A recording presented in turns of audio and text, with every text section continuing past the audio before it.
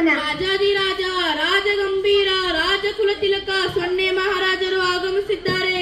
ಬಹುಪರಾಕ್ ಬಹುಪರಾಕ್ ಬಹುಪರಾಕ್. ಮಂತ್ರಿ, ನಾನು ಆಗಮಿಸುತ್ತಿರುವ ಸಂದರ್ಭದಲ್ಲಿ ಸಭಿಕರದಲ್ಲಿ ಕೆಲವರು ನಗಾಡುತ್ತಿರುವರೆಲ್ಲವೇ? ಏಕೆ? ಅದು ಏನದು? ನೀವು ಸೊನ್ನೆ ಅಲ್ಲವೇ? ಅದಕ್ಕೆ ಗಣಿತ ಲೋಕದ ಕೆಲವರು ನಿಮಗೆ ಸೊನ್ನೆಯನ್ನು ಬಿಟ್ಟು ಬೇರೆ ಯಾರೂ ಸಿಗಲಿಲ್ಲವೇ? ಈ ಸೊನ್ನೆಯನ್ನೇ ರಾಜರಾಗಿ ಮಾಡಿದ್ದೀರಿ ಎಂದು ಹೀಯಾಳಿಸುತ್ತಿದ್ದಾರೆ. ಮಂತ್ರಿ, ನಾನ್ಯಾರು? ನನ್ನ ಸಾಮರ್ಥ್ಯವೇನು ನಿನಗೆ ಗೊತ್ತಿಲ್ಲವೇ? ಅದಕ್ಕೆ ತಾನೇ ನಿನ್ನನ್ನು ಮಂತ್ರಿ ಮಾಡಿದ್ದು. ಶುರು ಮಾಡು ನನ್ನ ಗುಣಗಾನ. ಅಯ್ಯೋ ನನ್ನ ಕರ್ಮ, ಈ ರಾಜನ ಜೊತೆ ಸೇರಿ ನನ್ನ ಗತಿ ಅದೋ ಗತಿ. ಅವಕಾಶ ಸಿಕ್ಕರೆ ಸಾಕು ಹೋಗ್ಳು ಅಂತಾರೆ. ಮಂತ್ರಿ, ಏನದು ನಿನ್ನದು? ಏನಿಲ್ಲ ಮಹಾರಾಜ. ಸರಿ ಶುರು ಮಾಡು ನಿನ್ನ ಮಾತು ಅಲ್ಲ ನನ್ನ ಗುಣಗಾನ. ಇವರು ನಮ್ಮ ರಾಜ ಸೊನ್ನೆ. ನೋಡೋಕ್ ಮಾತ್ರ ಸೊನ್ನೆ ಅಲ್ಲ, ಆಲ್ ರೌಂಡರ್ ಕೂಡ ಹೌದು. ಇವರ ಜೊತೆ ಸಂಖ್ಯೆಗಳನ್ನು ಕೂಡಿಸಿದರೆ ಮೌಲ್ಯವನ್ನು ಹಾಗೇ ಕಾಪಾಡ್ತಾರೆ. ಕಳೆದರೂ ಅಷ್ಟೇ. ಸಂಖ್ಯೆಗಳ ಮುಂದೆ ಇವರನ್ನು ಬರೆದರೆ ಮೌಲ್ಯವನ್ನು ಹೆಚ್ಚಿಸುತ್ತದೆ. ಇವರಿಗೆ ಸಿಟ್ಟು ಬಂದರೆ ಮಾತ್ರ ಎಲ್ಲರೊಂದಿಗೆ ಗುಣಾಕಾರ ಮಾಡಿ ಎಲ್ಲರನ್ನೂ ಸೊನ್ನೆಯನ್ನಾಗಿ ಮಾಡ್ತಾರೆ. ಭಾಗಿಸಲು ಪ್ರಯತ್ನಿಸಬೇಡಿ, ಪ್ರಯತ್ನಿಸಿದರೆ ನೀವೇ ಸೊನ್ನೆ ಆಗ್ತೀರಾ.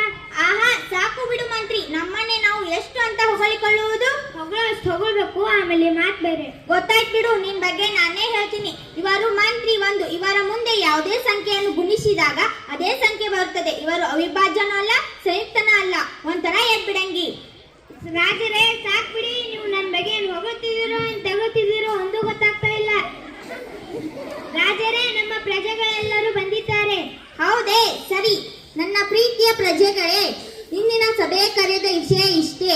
ಪಕ್ಕದ ಮೂಲಕ್ರಿಯೆ ಸಾಮ್ರಾಜ್ಯದಿಂದ ನಮಗೊಂದು ಸಂದೇಶ ಬಂದಿದೆ. ಅದೆಂದರೆ ಮೂಲಕ್ರಿಯೆ ಸಾಮ್ರಾಜ್ಯದವರು ನಮ್ಮೊಂದಿಗೆ ಸ್ನೇಹ ಮಾಡಲು ಬಯಸಿದ್ದಾರೆ. ಆದ ಕಾರಣ ನಿಮ್ಮ ಅಭಿಪ್ರಾಯಗಳನ್ನು ತಿಳಿಸಲು ನಿಮ್ಮನ್ನು ಇಲ್ಲಿ ಕರೆಸಿದ್ದೇವೆ. ಮಹಾರಾಜರೇ ವಂದನೆಗಳು. ಮೂಲಕ್ರಿಯೆ ಸಾಮ್ರಾಜ್ಯದವರು ಎಂದರೆ ಅವರೇ ಸಂಕಲನ, ವ್ಯವಕಲನ, ಗುಣಾಕಾರ, ಭಾಗಾಕಾರ. ಮಹಾರಾಜರೇ, ಅವರೇಕೆ ನಮ್ಮೊಡನೆ ಸ್ನೇಹ ಮಾಡಲು ಬಯಸುತ್ತಿದ್ದಾರೆ? ಅದರೊಳಗೆ ಏನಾದರೂ ಕುತಂತ್ರವಿದೆಯೇ? ಇಲ್ಲ, ಕುತಂತ್ರವಿಲ್ಲ. ಕೇವಲ ನಮ್ಮೊಂದಿಗೆ ಸ್ನೇಹ ಮಾತ್ರ ಮಾಡಲು ಬಯಸಿದ್ದಾರೆ. ಮಹಾರಾಜರೇ, ಅದರಿಂದ ನಮಗೇನು ಲಾಭ? ಲಾಭವಿದೆ. ಅವರು ನಮ್ಮೊಂದಿಗೆ ಸ್ನೇಹ ಮಾಡಿದರೆ ನಮ್ಮ ಮೌಲ್ಯವನ್ನು ಹೆಚ್ಚಿಸಲು ಮತ್ತು ಕಡಿಮೆ ಮಾಡಲು ಸಹಾಯವಾಗುತ್ತದೆ. ಹಾಗಾದರೆ ನಮಗೆ ಒಪ್ಪಿಗೆ ಇದೆ ಮಹಾರಾಜರೇ. ನೀವು ನಮ್ಮ ಬಗ್ಗೆ ಚೆನ್ನಾಗಿ ಯೋಚಿಸಿ ನಿರ್ಧಾರ ತೆಗೆದುಕೊಂಡಿರುತ್ತೀರಿ. ಹಾಗಾಗಿ ನಮಗೆ ಒಪ್ಪಿಗೆ ಇದೆ. ನಿಮಗೆಲ್ಲರಿಗೂ ಒಪ್ಪಿಗೆ ಇದೆ? ಒಪ್ಪಿಗೆಯ ಕುರಿತು ಸಂದೇಶವನ್ನು ಕಳುಹಿಸಿ ನಾಳೆ ಬರಲು ತಿಳಿಸು. ಆಯ್ತು ಮಹಾರಾಜರೇ. ಇಂದಿನ ಸಭೆ ಇಲ್ಲಿಗೆ ಮುಕ್ತಾಯ. ಸೊನ್ನೆ ಮಹಾರಾಜರಿಗೆ ಮರುದಿನ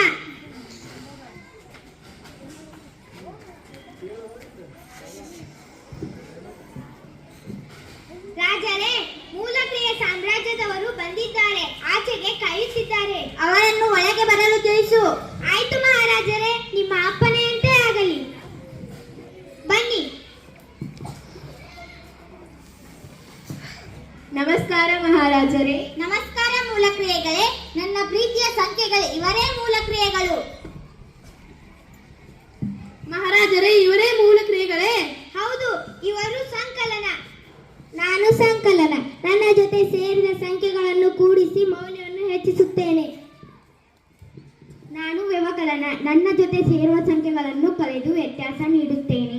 ಹಾಗಾದರೆ ಮೌಲ್ಯವನ್ನು ಹೆಚ್ಚಿಸಲು ಸಂಕಲನದ ಜೊತೆ ಮತ್ತು ಕಡಿಮೆ ಮಾಡಿಕೊಳ್ಳಲು ವ್ಯವಕಲನ ಜೊತೆ ಸೇರಬಹುದೇ? ಹೌದು, ನೀವು ಸರಿಯಾಗಿ ತಿಳಿದುಕೊಂಡಿದ್ದೀರಿ. ಹಾಗಾದರೆ ನೀವಿಬ್ಬರು ಯಾರು? ನಾನು ಗುಣಾಕಾರ. ನನ್ನ ಜೊತೆ ಸೇರುವ ಸಂಖ್ಯೆಗಳ ಮೌಲ್ಯವನ್ನು ಬೇಗನೆ ತಿಳಿಸುತ್ತೇನೆ. ಉದಾಹರಣೆಗೆ 3 4 ಬಾರಿ ಕೂಡಿಸುವ ಬದಲಿಗೆ 4ರಿಂದ 3 ಗುಣಿಸಿ ಬೇಗನೆ ಮೌಲ್ಯವನ್ನು ತಿಳಿಸುತ್ತೇನೆ. ನಾನು ಭಾಗಾಕಾರ. ಕೊಟ್ಟಿರುವ ಸಂಖ್ಯೆಗಳನ್ನು ಚಿಕ್ಕ ಚಿಕ್ಕ ಭಾಗಗಳಾಗಿ ಮಾಡ್ತೀನಿ. ಉದಾಹರಣೆ 15 ಮತ್ತು 3ರ ನಡುವೆ ನನ್ನನ್ನು ಬಳಸಿದಾಗ ನಾನು 3ರ 5 ಭಾಗಗಳಾಗಿ ನೀಡುತ್ತೇನೆ. ನಿಮ್ಮೆಲ್ಲರ ಜೊತೆ ಸೇರಿ ನಮಗೆ ಸಂತೋಷವಾಯಿತು. ನಿಮ್ಮ ಸ್ನೇಹ ಮತ್ತು ಸಹಕಾರಕ್ಕೆ ಧನ್ಯವಾದಗಳು. ನಮ್ಮ ಸಂಖ್ಯೆಗಳೇ ಹಾಗೆ ಯಾವಾಗಲೂ ಬೆರೆತು ಬಾಳಲು ಬಯಸುತ್ತಾರೆ. ಮಂತ್ರಿ, ಮೂಲಕ್ರಿಯೆ ಸಾಮ್ರಾಜ್ಯದವರು ಯಾವಾಗ ಬೇಕಾದರೂ ನಮ್ಮೊಂದಿಗೆ ಸೇರಬಹುದು. ಅದಕ್ಕೊಂದು ಶಾಸನ ಬರೆದಿಡು. ಆಯ್ತು ಮಹಾರಾಜರೇ. 0 ಮಹಾರಾಜರಿಗೆ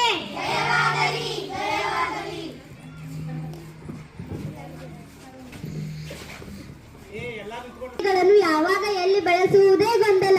ಹೌದು, ನನಗೂ ಹಾಗೇ ಗೊಂದಲವಿದೆ. ಮೂಲ ಕ್ರಿಯೆಗಳನ್ನು ಬರಲು ತಿಳಿಸಿದ್ದೇನೆ. ಹಾಗಾದರೆ ಇಂದು ಅವರೊಡನೆ ಸೇರಿ ನಮ್ಮ ಸಮಸ್ಯೆಯನ್ನು ಬಗೆಹರಿಸಬಹುದು. ಪ್ರಜೆಗಳು ಬರುತ್ತಿದ್ದಾರೆ.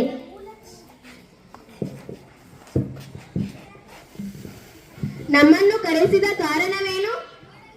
ಒಂದೇ ಕ್ರಿಯೆಗಳಿದ್ದಾಗ ನಿಮ್ಮನ್ನು ಬಳಸಲು ಗೊಂದಲವಿಲ್ಲ.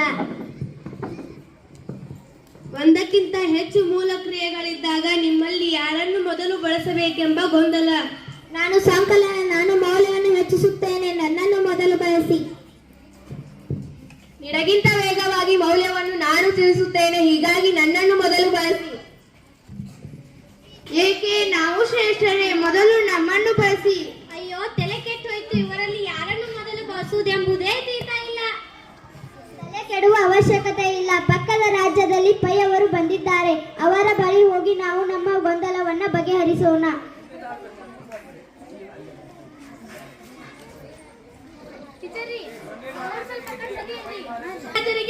ಜಯವಾಗಲಿ, ಮಹಾರಾಜರಿಗೆ ಜಯವಾಗಲಿ.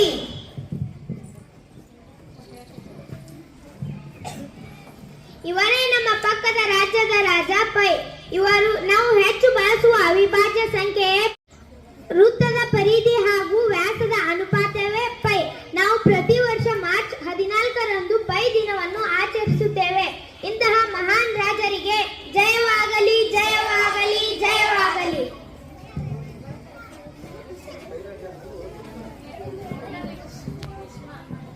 ಸಂಖ್ಯೆಗಳು ಮತ್ತು ಮೂಲ ಕ್ರಿಯೆಗಳು ತಾವು ಒಟ್ಟಾಗಿ ಸೇರಿದ ಉದ್ದೇಶವೇನು? ಮಹಾರಾಜರೇ, ಒಂದಕ್ಕಿಂತ ಹೆಚ್ಚು ಮೂಲ ಕ್ರಿಯೆಗಳಿದ್ದಾಗ ಯಾರನ್ನು ಮೊದಲು ಬಳಸಬೇಕೆಂಬ ಗೊಂದಲ ಪರಿಹಾರ ಕೊಡಿ. ಅದಕ್ಕಾಗಿಯೇ ನಮ್ಮ ಪೈ ಅವರು ಬಂದಿದ್ದಾರೆ. ನಿಮಗೆ ಪರಿಹಾರವನ್ನು ನೀಡುತ್ತಾರೆ. ಸರಿ, ನಾನು ನಿಮ್ಮ ಸಮಸ್ಯೆಗೆ ಪರಿಹಾರ ನೀಡುತ್ತೇನೆ. ಅದರ ಪ್ರಕಾರ ನೀವು ಪಾಲಿಸಬೇಕು. ಅದೇ ರಾಜಾಜ್ಞೆ. ಒಂದಕ್ಕಿಂತ ಹೆಚ್ಚು ಮೂಲ ಕ್ರಿಯೆಗಳಿದ್ದಾಗ ಮೊದಲು ಭಾಗಾಕಾರ, ನಂತರ ಗುಣಾಕಾರ, ನಂತರ ಸಂಕಲನ, ನಂತರ ವ್ಯವಕಲನ, ಇದೇ ಸರತಿಯಲ್ಲಿ ಬಿಡಿಸಬೇಕು. ನಿಮ್ಮ ರಾಜರು ಆವರಣ ಲೋಕ ಮತ್ತು ಘಾತಾಂಕಗಳ ಲೋಕದವರೊಂದಿಗೂ ಕೂಡ ಸ್ನೇಹವನ್ನು ಬೆಳೆಸಿಕೊಂಡಿದ್ದಾರೆ. ಹೀಗಾಗಿ ಅವರಿಗೂ ಕೂಡ ಸೂಕ್ತ ಸ್ಥಾನಮಾನವನ್ನು ನೀಡಬೇಕು. ಹೀಗಾಗಿ ಸಮಸ್ಯೆಯನ್ನು ಬಿಡಿಸುವಾಗ ಮೊದಲು ಆವರಣ ಘಾತಾಂಕಗಳಿದ್ದರೆ ಘಾತಾಂಕಗಳನ್ನು ಬಿಡಿಸಿ, ನಂತರ ನಾನು ಹೇಳಿದ ಸರದಿಯಲ್ಲಿ ಮೂಲ ಕ್ರಿಯೆಗಳನ್ನು ಬಿಡಿಸಬೇಕು.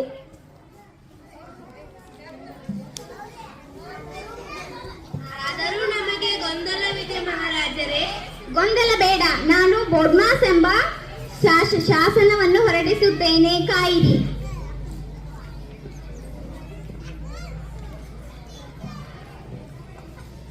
ಇದು ಬೋರ್ಡ್ಮಾಸ್ ನಿಯಮ.